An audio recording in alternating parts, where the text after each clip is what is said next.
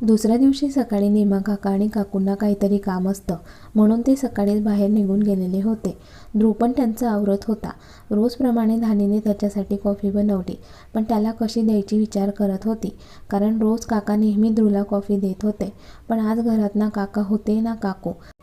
धानी विचार करत, आता तुलाच लहान साहेबांना कॉफी द्यावी लागेल.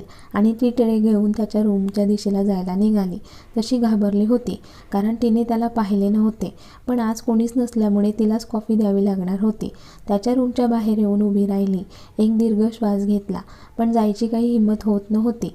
आणि इकडे ध्रुव पण त्याचा आवरत होता. काका आणि काकू सकाळी लवकर गेल्यामुळे त्यांची आणि काकांची भेट झाली नव्हती. त्याला माहिती पण नव्हतं की काका काकू घरात नाहीये म्हणून. इकडे घाबरत धानीने दरवाजा वाजवला. त्याचा आवाज आला, आत या. त्याचा आवाज ऐकून ती आत आली आणि शांत उभी राहिली. बराच वेळ झाला काहीच आवाज येत नव्हता. धानी शांत उभी होती. एक शब्द पण बोलायची तिची हिंमत होत नव्हती. ध्रुवला वाटले काका असतील म्हणून त्याने लक्ष दिलं नाही, पण काका रोज त्याच्याशी बोलायचे. पण आज का बोलत नाहीये हे पाहण्यासाठी त्याने तिकडे पाहिले आणि पाहतच राहिला, कारण समोर तीच उभी होती जिला तो रोज बाल्कनीमधून पाहत होता. धानी मात्र ट्रे हातात घेऊन शांत उभी होती. त्याच्याकडे पाहत पण नव्हती. रेड कलरच्या ड्रेसमध्ये ती खूपच सुंदर दिसत होती. ध्रुव तर तिला भान हरपून पाहत होता, तरी धानी काहीही बोलत नव्हती. ती अशी अचानक समोर आल्यामुळे त्याला खूप आनंद झाला होता. रोज तिचा चेहरा पाहण्यासाठी धडपडणारा ध्रुव आज चक्क तिला समोरासमोर पाहत होता. काही वेळासाठी त्याच्या मनात विचार येऊन गेला, स्वप्न तर नाही ना. आणि त्याने त्याच्या स्वतःच्या हाताला चिमटा घेतला आणि हळूच आवाजात आऊच म्हटले आणि हसत, ध्रुव हे स्वप्न नाहीये, ती खरंच तुझ्यासमोर उभी आहे. तो त्याचे विचार झटकून तिच्याकडे पाहत तिला ट्रे टीपॉयवरती ठेवायला सांगतो. ती पण शांतपणे ट्रे टीपॉयवर ठेवते. ध्रुवला तर असं झालं होतं तिच्याशी काय बोलावं आणि काय नाही, पण सुरुवात कुठून आणि कशी करावी हे त्याला कळत नव्हतं. त्याला अजून पण ते सगळं स्वप्नवत वाटत होतं. त्याची नजर पण तिच्यावरून हटत नव्हती. तिला पाहताच त्याला आवडली होती ती, आणि तो पण हक्क असल्यासारखा तिच्याकडे भान हरपून पाहत होता. तिला पाहत तो त्याचं काम करत होता. ती बिचारी मात्र शांत खाली मान घालून उभी होती. तिला पण कधी रूमच्या बाहेर जाते असं झालं होतं, पण असं बाहेर जाणं तिला योग्य वाटत नव्हतं. म्हणून हिंमत करून ती बोलायचं ठरवते आणि त्याच्या कानी तिचा गोड आवाज पडतो, साहेब. तिचा तो गोड आवाज ऐकून तर आपला हिरो अजूनच वेडा होतो. त्याला विश्वासच बसत नव्हता ती बोलली म्हणून. तो त्याच्या विचारात होता आणि तिने त्याला पुन्हा साहेब म्हटले. ध्रुव त्याचा आवरून सोफ्यावर जाऊन बसला आणि तिच्याकडे पाहत म्हटले आणि कप हातात घेऊन कॉफी पिऊ लागला.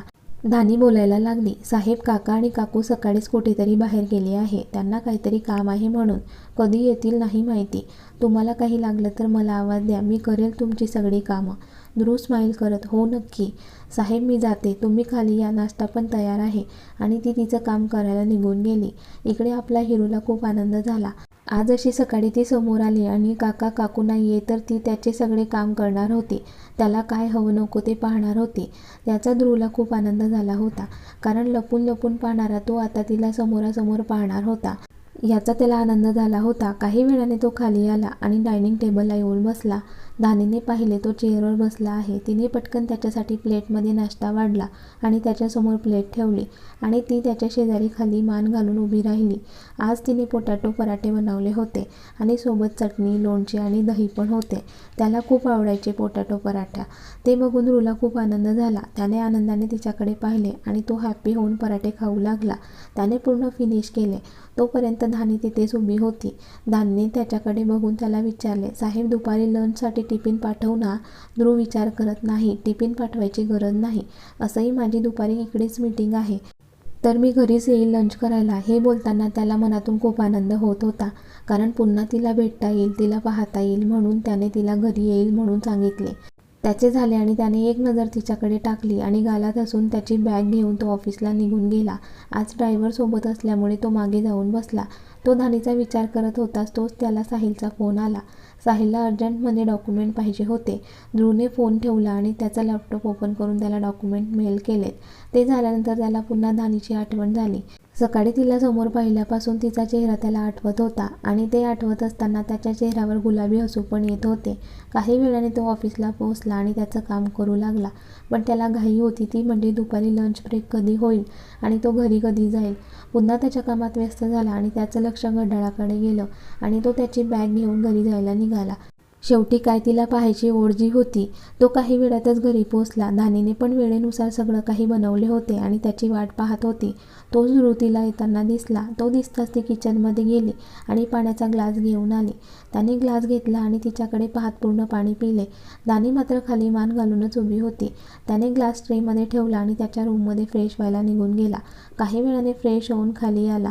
धानीने तोपर्यंत सगळं सामान डायनिंग टेबलला आणून ठेवले होते आणि तो दिसताच प्लेट वाढायला सुरुवात केली. तो पण आला आणि चेअरवर बसला. तोच धानीने प्लेट त्याच्यासमोर ठेवली.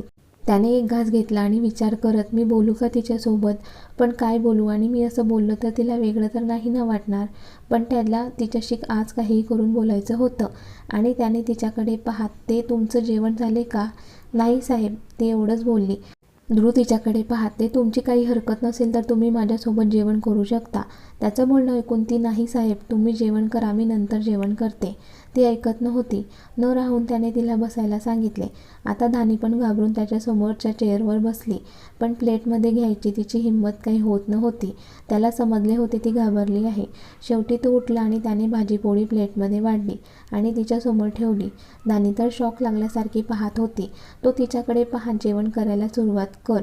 तशी धानी घाबरत जेवण करायला लागते. ध्रुव पण काही बोलत नाही, कारण तिच्या चेहऱ्यावरचे हावभाव बघून तरी वाटत होतं ती घाबरली आहे म्हणून. तो पण काही न बोलता जेवण करत असतो. तो पटापट त्याचं जेवण संपवतो आणि रूममध्ये निघून जातो. धानी पण तिच्या प्लेटमधील सगळं फिनिश करते आणि किचनचं सगळं आवरून तिच्या रूममध्ये निघून जाते. रूममध्ये गेल्यावर त्याचं काम करतो. काम झाल्यानंतर तो खाली येतो. हॉलमध्ये मोबाईल पाहत बसतो. धानी नेमकी बुक न्यायला विसरली होती म्हणून ती बुक घ्यायला आत आली होती. तो तिला हॉलमध्ये बसलेला दिसला. ती खाली मान घालून बुक घेऊन जायला लागली.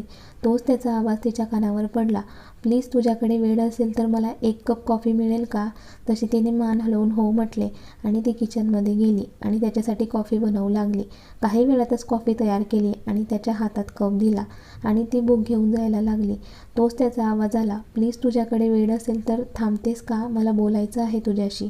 तशी ती त्याच्यासमोर खाली मान घालून उभी राहिली. इकडे ध्रुवला कळत नव्हतं, पण त्याने डायरेक्ट मुद्द्यावर येत, तुला माझ्याशी मैत्री करायला आवडेल का? त्याचं बोलणं ऐकून आधी तर धानी शॉक झाली. तिला तिच्या कानावर विश्वास बसत नव्हता की तिने काय ऐकले म्हणून. आधीच पहिल्या दिवशी त्याला पाहताच ती शॉक झाली होती, कारण कव्हर पेजला तोच होता आणि त्याच्या घरात आपण काम करत आहोत हे तिला त्या दिवशी कळले होते. आणि आज तो तिला मैत्रीबद्दल विचारतोय हे स्वप्न तर नाही ना, असे तिला वाटत होते. त्याने पुन्हा तिला विचारले. तशी ती भानावर आली आणि ठीक आहे म्हणाली. ती ठीक आहे बोलताच त्याने त्याचा हात तिच्यासमोर केला आणि ती पुन्हा शॉक झाली. पण जास्त विचार न करता तिने पण तिचा हात त्याच्या हातात दिला आणि तिचा तो कोमल हात त्याच्या हातात येताच त्याला खूप भारी वाटले. गुलाबाच्या पाकळीसारखे नाजूक हात आहे हिचे. तशी ती पण परीसारखी सुंदर आहे, काहीच कमी म्हणून नाहीये तिच्यात, तो विचार करत बोलला. तिचा हात अजून पण त्याच्या हातात होता. ती सोडायचा प्रयत्न करत होती, पण तो काही सोडायचं नाव घेत नव्हता. तिच्या हाताची चुळबुळ बघून त्याने तिचा हात सोडला आणि तिच्याकडे पाहत, माझं नाव ध्रुव श्याम महाजन. तिने एक नजर त्याच्याकडे पाहिलं आणि खाली पाहत, मी धानी जंगले. तिचं नाव ऐकून त्याला छान वाटले. धानी घाबरत, ते मी जाऊ का? ध्रुव हसत, हो हो जा. तशी धानी बुक घेऊन पळतच तिच्या रूममध्ये निघून गेली. ध्रुवने पण कॉफी संपवली आणि तो पण हसत त्याच्या रूममध्ये निघून गेला. धानीबद्दल त्याच्या मनात विचार चालू होते. तिच्याबद्दल त्याला जाणून घ्यायचे होते म्हणून त्याने कुणाला तरी मेसेज केला आणि धानीची सगळी माहिती मला लवकरात लवकर पाहिजे असे सांगितले. तोच त्याला साहिलचा फोन आला आणि तो पुन्हा त्याच्या कामात व्यस्त झाला. इकडे धानी बुक घेऊन वाचायचा प्रयत्न करत होती, पण तिचं लक्ष मात्र वेगळ्याच विचारात होतं. त्या दिवशी राहून राहून त्याचा कव्हर पेजवरचा फोटो ती पाहत होती आणि आज चक्क समोर होता तिच्या. आणि एवढंच नाही तर त्याने तिच्यासोबत मैत्रीचा हात पण पुढे केला होता. त्याच्या एवढ्याशा बोलण्याने ती तर खूप हॅपी होती. तिला पण राहून राहून तिचा पकडलेला हात आठवून तिच्या चेहऱ्यावर स्माईल आली. त्याचा विचार करत कधी तिचा डोळा लागला तिला पण कळले नाही. संध्याकाळी ध्रुव बाहेर जाणार होता म्हणून तिने तिच्यासाठी जेवण बनवले आणि जेवण करून गार्डनमध्ये तिच्या नेहमीच्या ठिकाणी जाऊन लिहित बसली. बराच उशीर झाला होता, अजून पण ध्रुव आला नव्हता. धानी पण बराच वेळ त्याची वाट पाहत होती, पण त्याची वाट पाहत असताना कधी तिचा डोळा लागतो तिला कळत नाही आणि ती तिथेच बाकाला मागे टेकून झोपून जाते. काही वेळाने ध्रुवची गाडी आत येते आणि तो बंगलोमध्ये जाणार तोच त्याला धानी बाकावर बसलेली दिसली. पण तिची हालचाल होत असताना त्याला दिसत नव्हती. ध्रुव मनात विचार करत झोपली तर नसेल ना, जाऊन बघू का, आणि तो हळूहळू तिच्याजवळ जायला निघाला. तिच्याजवळ येऊन उभा राहिला तर ती मागे टेकून शांत झोपली होती. हवेने तिचे ते सिल्की केस तिच्या चेहऱ्यावर आले होते आणि त्यात ती खूपच सुंदर दिसत होती. खरंच झोपमध्ये पण किती निरागस दिसते ही. तो तिच्या शेजारी जाऊन बसला.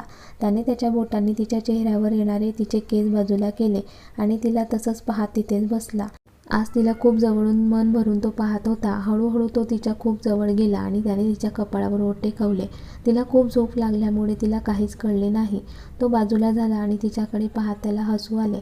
त्याने तिला दोन्ही हातात उचलून घेतले आणि तिच्या रूममध्ये घेऊन आला. तिला रूममध्ये आणत असताना पण तो तिच्याकडे मन भरून पाहत होता. तिला बघून त्याला वेगळीच फिलिंग येत होती. त्याला वाटत होतं दानीने असंच माझ्याजवळ राहावं. त्याने तिला बेडवर नीट झोपवलं. तिच्या डोक्यावरून प्रेमाने हात फिरवला आणि पुन्हा तिच्या कपाळावर किस केले आणि बंगलोमध्ये जायला निघाला. तो गेल्यावर दानीला जाग आली. खरं तर तिला तेव्हाच जाग आली होती. तेव्हा त्याने पहिल्यांदा तिच्या कपाळावर ओठ टेकवले होते. पण ती झोपायचं नाटक करत होती. ती त्याच्याबद्दल विचार करत, खरंच यांनी मला किस केलं का, आणि उचलून पण माझ्या रूममध्ये घेऊन आलेत आणि जाताना पण माझ्या कपाळावर किस केले. हे आठवताच तिच्या चेहऱ्यावर पण गोड स्माईल आली. तिला पण त्याने केलेलं किस आवडले होते. दानी बराच वेळ ध्रुवचा विचार करत होती. इकडे ध्रुव पण त्याच्या रूममध्ये आला, फ्रेश झाला आणि दानीचा विचार करत बेडवर पडला. त्याला पण त्याने काय केले ते आठवून हसायला येत होते. खरंच किती निरागस आणि नाजूक आहे ती, आणि मी तर तिच्याकडे ओढला जातोय. तो पण तिचा विचार करत झोपून गेला आणि इकडे दानी पण त्याचा विचार करत झोपून गेली. दुसऱ्या दिवशी सुट्टी असल्यामुळे निवांत होता तो. पण नेहमीप्रमाणे त्याने जिममध्ये जाऊन त्याचा व्यायाम केला. काही वेळाने व्यायाम करून त्याच्या रूममध्ये आला आणि फ्रेश होऊन पुन्हा खाली आला. खाली आल्यावर हॉलमध्ये बसला आणि टीव्ही ऑन करून न्यूज ऐकत होता. तोच दानीने त्याच्यासाठी कॉफी आणली आणि त्याला दिली. त्याने पण हसत कप घेतला. तिला गुड मॉर्निंग विश केले. तिने पण हसून त्याला गुड मॉर्निंग विश केले आणि किचनमध्ये निघून गेली. तिने दोघांसाठी नाश्ता बनवला आणि त्याला आवाज दिला. दोघांनी मिळून नाश्ता केला. ध्रुवला कुणाचा तरी फोन आला म्हणून तो त्याच्या रूममध्ये निघून गेला. तोच त्याला भेटायला कोणीतरी आले. त्या व्यक्तीने एक बॉक्स आणला होता. ते ध्रुव सरांना द्यायचं आहे, तुम्ही देणार का? हो मी देते. त्या व्यक्तीने तो बॉक्स खाली ठेवला आणि तो निघून गेला. दानीने तो बॉक्स घेतला आणि ध्रुवच्या रूममध्ये जायला निघाली. बॉक्स खूप मोठा असल्यामुळे तिला समोरचं काही दिसत नव्हतं. तरी ती साईडने बघून बघून पुढे पुढे जात होती. ती बॉक्स घेऊन येत होती आणि ध्रुव पण फोनवर बोलून झाल्यानंतर आत येत होता. तोच त्याचं लक्ष दानीकडे गेलं. लादी पुसणाऱ्या मावशी त्यांचं काम करत होत्या. पण आज चुकून त्यांच्याकडून पाणी लादीवर सांडले गेले आणि तिथे पाणीच पाणी झाले. ते पाणी पुसण्यासाठी त्या कापड घेण्यासाठी खाली गेलेला आणि इकडे दानी हळूहळू येतच होती. ध्रुवचे पण लक्ष होते. तोच तिचा पाय सरकला आणि ती पडणार. तोच ध्रुवने तिचा हात पकडून तिला जवळ ओढले. त्या गडबडमध्ये तो बॉक्स खाली पडला आणि ती त्याच्या चेस्टवर जाऊन आदळली. दानी पण घाबरल्यामुळे तिने त्याला घट्ट मिठी मारली. ती एवढी घाबरली होती की तिला कळतच नव्हतं की तिने ध्रुवला घट्ट मिठी मारली आहे म्हणून. ध्रुवने पण तिला घट्ट पकडले होते. दोघे पण एकमेकांना मिठी मारून उभे होते. आज दोघे पण खूप जवळ आले होते. असे अचानक जवळ आल्यामुळे त्यांचे हृदय जोरजोराने धडधड करत होते. दानीच्या लक्षात येताच ती पटकन त्याच्यापासून लांब झाली. पण लाजून पूर्ण लाल झाली होती आणि तिचा लाल झालेला चेहरा बघून त्याला हसू आले. त्याला पण थोडं लाजल्यासारखं झालं. ती पटकन त्याच्याकडे पाठ करून उभी राहिली. तिचं वागणं बघून त्याला अजूनच हसू येत होते. तोच तिचं लक्ष बॉक्समधून पडलेल्या वस्तूंकडे गेलं आणि तिने घाबरून त्याला सॉरी म्हटले. सॉरी, ते माझ्यामुळे बॉक्स ओपन झाला आणि त्यातील सामान बाहेर पडला. ते मी गोळा करते. आणि ती एक एक सामान गोळा करायला लागली. दानी पूर्ण गोंधळून गेली होती. तिची ती अवस्था बघून त्याला अजूनच हसू आले. ते सामान गोळा करत त्याच्याशी बोलत, सॉरी साहेब, ते माझ्यामुळे हे सगळं झालं. ध्रुव तिला समजावत, अगं यात तुझी काहीही चूक नाही आहे. जे झाले ते चुकून झाले आणि हा बॉक्स ज्यांनी दिला त्यांनाच तू रूममध्ये पाठवायचं होतं ना. तू काय एवढा बॉक्स घेऊन येत होतीस? सॉरी साहेब, चुकलं माझे. तिला घाबरलेलं बघून त्याने पण तिला मदत केली आणि सगळं सामान बॉक्समध्ये टाकला. ती जायला लागणार तोच त्याने तिचा हात पकडून त्याच्या रूममध्ये घेऊन आला.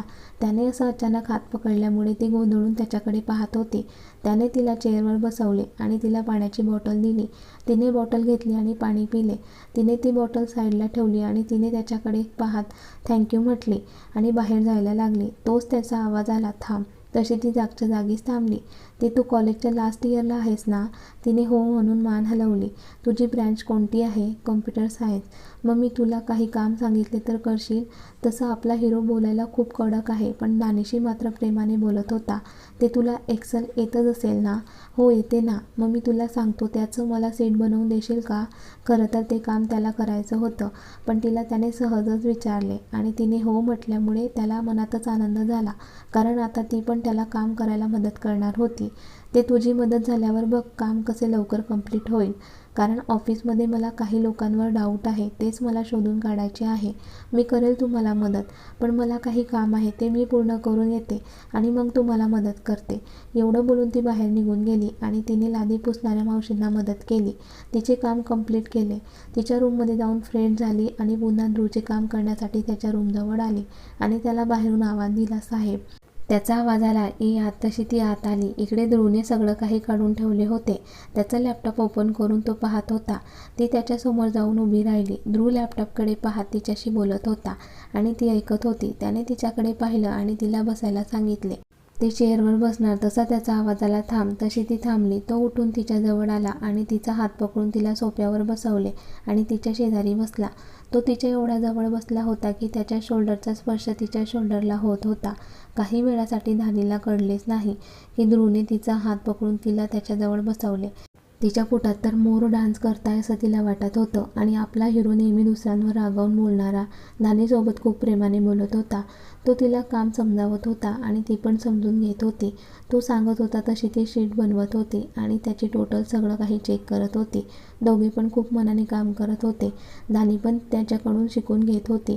ती टोटल करत असताना तिची टोटल वेगळी आणि समोरील डॉक्युमेंटमधील टोटल वेगळी येत होती. तिला वाटले तिच्याकडून काही चुकी होत असेल, पण तिने बरोबर केले होते. तिने जवळजवळ 4 ते 5 वेळेला चेक केले तरी तेच न राहून तिने ध्रुवला आवाज दिला, "साहेब." तसं ध्रुव त्याचं काम करताना, बोल धानी." तिने त्याला ते दाखवले. त्याने पण ते 2 ते 3 वेळेला चेक केले आणि त्याच्या ते लक्षात आले. अशा धानीने 5 ते 6 शीटमधील बदल त्याला दाखवले. ती हळू आवाजात, "साहेब मी आपल्यासाठी जेवण बनवते." तो तिच्याकडे पाहत, "काहीही गरज नाहीये. मी आपल्यासाठी बाहेरून मागवले आहे. येईल इतक्यात." आणि तोच बेल वाजते. ध्रुव हसत, "बघ आले." "तू थांब मी आलोच." आणि तो खाली आला. धानीला तर विश्वासच बसत नव्हता. काही वेळाने तो प्लेट घेऊन वर आला आणि त्याने त्याच्या हाताने ओपन केले. धानी म्हणत होती मदत करते म्हणून, पण त्याने तिला काहीच करू दिले नाही. त्याने प्लेटमध्ये दोघांना वाढले आणि एक प्लेट धानीला दिली आणि एक त्याने घेतली आणि जेवण करायला सुरुवात केली. काही वेळाने जेवण फिनिश केले आणि पुन्हा त्यांच्या कामात व्यस्त झाले. बरंच काम त्या दोघांनी मिळून कंप्लीट केले. ध्रुव धानीकडे पाहत, "आज खूप काम केले. तू जाऊन आराम कर आणि संध्याकाळी तुला वाटेल तर हलकं काहीतरी बनव, नाहीतर मी बाहेरून ऑर्डर करेन." "नाही साहेब मी बनवेल." आणि ती निघून गेली. तिच्या रूममध्ये आली आणि बेडवर आडवी झाली. त्याच्यासोबत काम करून खूप हॅपी होती. त्याचे स्वप्न पाहत तिचा कधी डोळा लागला तिचं तिला कळलं नाही. इकडे ध्रुव मात्र त्याचं काम करत होता. तसं तो पण हॅपी होता, कारण धानी आज पूर्ण दिवस त्याच्यासोबत होती. तिचा सहवास त्याला आवडत होता. काही वेळाने त्याने पण त्याचं काम बाजूला ठेवले आणि बेडवर आडवा झाला आणि पडल्या पडल्या त्याचा डोळा लागला. संध्याकाळी 6:30च्या दरम्यान धानीला जाग आली आणि ती तिचं आवरून बंगलोमध्ये आली. तिने दोघांसाठी फोडणीची खिचडी बनवली होती. काही वेळाने ध्रुव पण त्याचं आवरून खाली आला. दोघांनी मिळून जेवण केले. ध्रुव हॉलमध्ये जाऊन टीव्ही पाहत होता आणि धानी किचनचं आवरत होती. तिचं आवरून झाल्यावर ती जायला लागणार तो ध्रुवने तिला थांबवले. "धानी थोडा वेळ बस ना इथे." धानी पण काही न बोलता चेअरवर जाऊन बसली. त्याने महाराष्ट्राची हास्यजत्रा लावली आणि ते दोघे मिळून पाहायला लागले. त्यातील कॉमेडी बघून धानीला खूप हसू येत होतं, पण समोर ध्रुव असल्यामुळे ती जोरात हसत नव्हती. पण न राहून ती खडखडून हसायला लागली आणि तिला असं बिनधास्तपणे हसताना बघून तर आपला हिरो अजूनच वेडा झाला. भान हरपून तिला पाहत होता आणि ती टीव्ही पाहण्यात मग्न होती. ध्रुवच्या मनात विचार येऊन गेला, "यार हसताना पण कसली सुंदर दिसते ही." तो बराच वेळ तिलाच पाहत होता. न राहून तो तिच्या जवळ आला तरी तिचं लक्ष नव्हतं. तो गुडघ्यावर बसून तिच्याकडे पाहत होता तरी मॅडमचं लक्ष नव्हतं. ध्रुवने तिच्या गालावरून प्रेमाने हात फिरवला आणि त्याचा स्पर्श होताच ती भानावर आली आणि दचकून त्याच्याकडे बघू लागली. आता तो अजूनच तिच्या जवळ आला होता. तिच्या डोळ्यात एकसारखा पाहत होता. काही वेळासाठी ती पण त्याच्या डोळ्यात पाहत हरवली, पण टीव्हीच्या आवाजाने भानावर आली. पण तो मात्र अजून पण भान हरपून तिच्याकडे पाहत होता आणि आता धानीला खूप लाजल्यासारखं झाले. त्याने पुन्हा तिच्या गालावरून प्रेमाने हात फिरवला आणि तिच्या डोळ्यात पाहत, धानी, तू अगदी प्रिन्सेससारखे दिसत आहेस. सुंदर, निरागस, नाजूक आणि तुझ्या या सुंदर रूपात बुडालो आहे गं मी. आणि हसताना तर माझी परी अजूनच सुंदर दिसते. त्याचं बोलणं ऐकून धानी तर पूर्णपणे शॉकमध्ये असते. ध्रुव कसलाही विचार न करता तिच्या ओठांवर त्याचे ओठ टेकवतो आणि तिला किस करतो. बराच वेळ किस करत असतो. धानीला श्वास घ्यायला त्रास होतो तशी ती त्याला धक्का देते आणि पळत पळत तिच्या रूममध्ये निघून जाते आणि दरवाजा बंद करून घेते. ध्रुवला पण लक्षात येतं त्याने काय केले. शी, मी असं कसा वागू शकतो. त्याचा त्याला खूप राग येत होता. धानी काय विचार करत असेल माझ्याबद्दल, असे एक ना अनेक प्रश्न त्याच्या मनात येत होते. ध्रुवच्या अशा वागण्यामुळे धानी कशी रिॲक्ट करेल. ती करेल का ध्रुवला माफ, की तिला पण ध्रुव आवडतो म्हणून जे झालं ते विसरून जाईल. काय होईल पुढे बघूया पुढील भागात. आणि कथेचा हा भाग कसा वाटला कमेंट्स करून नक्की कळवा. आणि व्हिडिओला लाईक, शेअर आणि लाईव्ह मराठी स्टोरी चॅनलला सबस्क्राईब करायला विसरू नका. धन्यवाद.